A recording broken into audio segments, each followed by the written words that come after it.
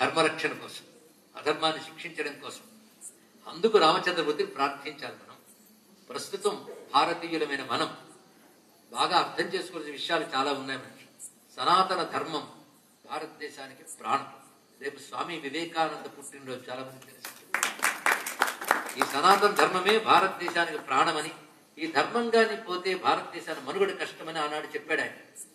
కానీ నిజానికి స్వాతంత్రం రాకముందు కంటే స్వాతంత్రం వచ్చిన తర్వాత క్రమక్రమంగా ధర్మానికి గ్లాని ఏర్పడుతుంది.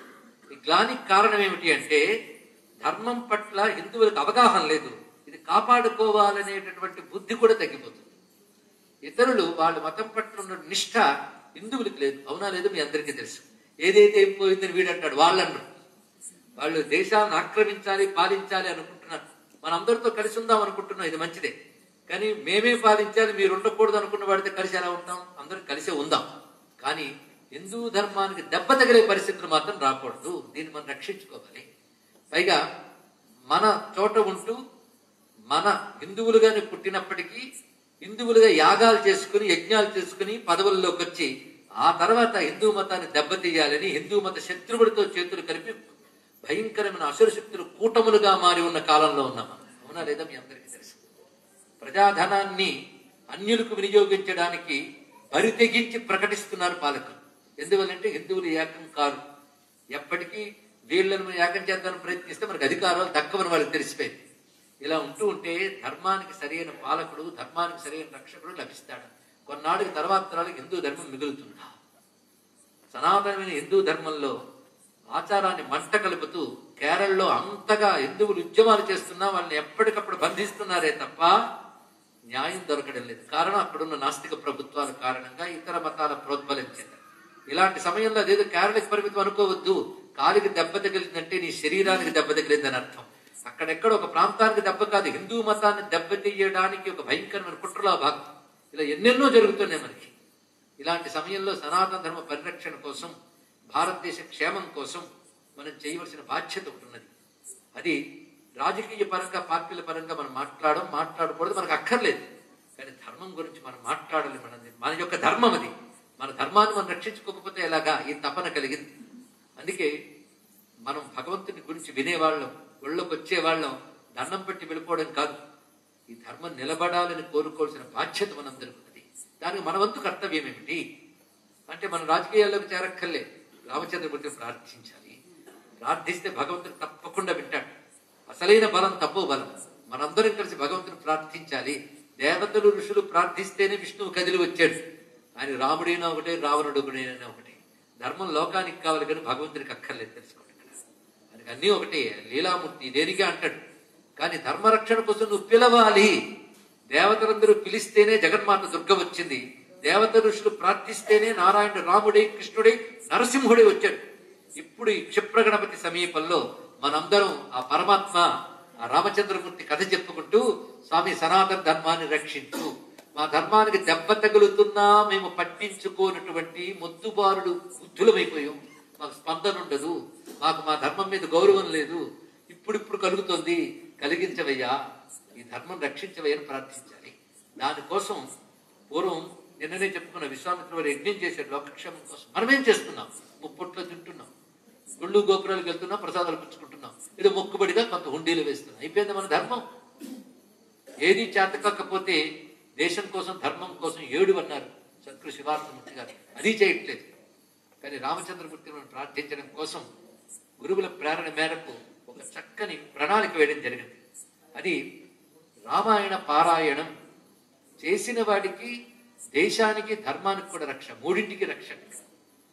ఇప్పుడు రామాయణ పారాయణం అంటే మొత్తం 24,000 శ్లోకాలు చదవగలమా?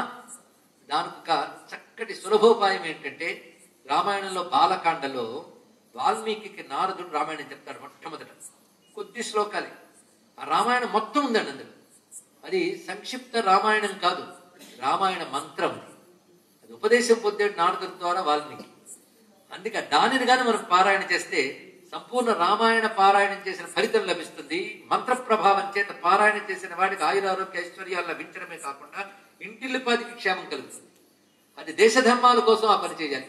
కొద్ది కాలం క్రితం ఒక పెద్ద ఆయన దాన్ని పారాయణం చేయడం వల్ల అద్భుత ప్రయోజనాలు పొందిన కొన్ని సంఘటనలు ఉదాహరణగా వివరించాడు. అది విన్న వెంటనే ప్రేరణ కలిగింది. దేశ ధర్మాల కోసం అది పారాయణం చేయడం కంటే గొప్ప విషయం ఏముంటుంది. దానితో పాటు మరికొన్ని మహిమాన్వితమైన స్తోత్రములు గురువుల యొక్క అనుగ్రహం మేరకు సేకరించడం జరిగింది. ఒకటి బాలరామాయణం బాలకాండలో ఉన్నటువంటి రామాయణ మంత్రం. రెండవది యుద్ధకాండలో రాముడు రావణ వధ చేసిన తర్వాత బ్రహ్మదేవుడు రామస్తుతి చేస్తాడు. అదంతా పురుష సూక్త మంత్రపుష్ప ఇలాంటి మంత్రములు రాసంతా కలబోసి రామ విరాట్ రూప వర్ణన. ఇది విరాట్ పురుష స్థుతి, చాలా మహిమాన్వితమైనది. అవి రెండు. ఇక మూడవది ఏమిటి అంటే ఆదిత్య ఉదయం. అది ఎందుకు వచ్చిందో మీకు తెలుసు కదా. అసుర శక్తులను దుర్మార్గానికి రామచంద్రమూర్తికి అగస్త్య మహర్షి ఇచ్చినటువంటి అద్భుతమైన అస్త్రం అది ఆదిత్య ఉదయం. ఈ మూడింటితో పాటు అతి మహిమాన్వితమైన రామరక్షాస్తోత్రం. ఈ నాలుగింటితో పాటు అత్యంత మహిమాన్వితమైన తులసీదాసు ప్రసాదించినటువంటి హనుమాన్ చాలీసా అనబడే హనుమన్ మంత్రరాశి. ఈ ఐదింటితో పాటు ఆదిశంకర భగవత్పాదులు వారు అందించిన హనుమత్ భుజంగ ప్రయాణం. ఈ మధ్య హనుమత్ భుజంగ ప్రయాణం అనుభవాలు కొన్ని జరిగాయి.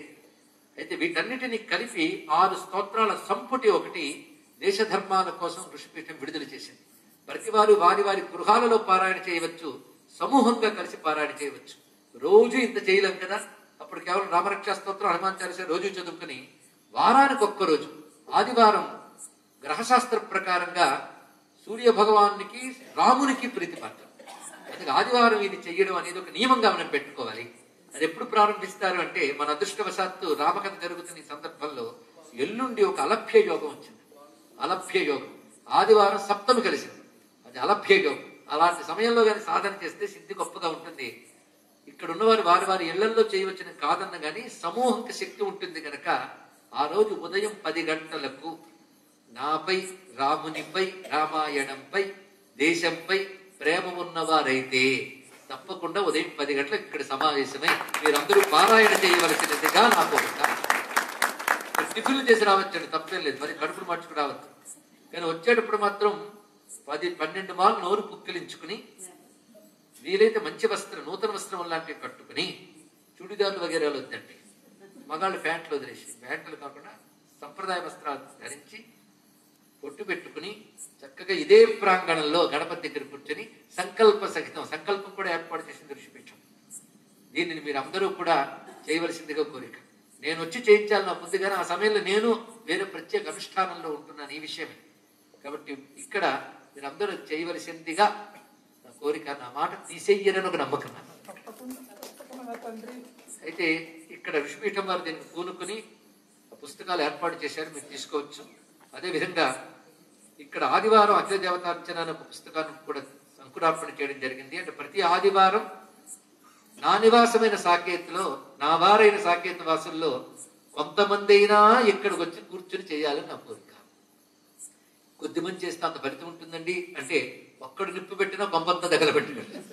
అలా కొంతమంది సాధన చేసినప్పటికీ కూడా ఈపై మళ్ళీ భారతదేశానికి ఈ సంవత్సరంలో అద్భుతమైనటువంటి ధార్మికమైన పాలన లభించగలదని నమ్మకం ఉంది. ఋషిపీఠం ధర్మరక్షణకు చేస్తున్న ఉద్యమాన్ని గ్రహించండి. మనదైన పని ఇది. అంతేగాని మనం వెళ్ళి ఇప్పుడేవో ప్రభుత్వాలు మార్చేస్తాం, లేదా ఆయుధాలు పట్టుకుని యుద్ధాలు చేస్తాం అక్కర్లేదు. భగవంతునిచ్చిన నోటిని ఇలా సద్వినియోగం చేసుకుంటే మనకి దేశానికి రెండింటికి ఫలితం లభిస్తుంది. ఇంకేం కావాలి? కనుక ఈ సత్కార్యంలో మీరందరూ పాల్గొంటారని ఆశిస్తూ, పాల్గొనాలని కోరుకుంటూ స్వస్తి.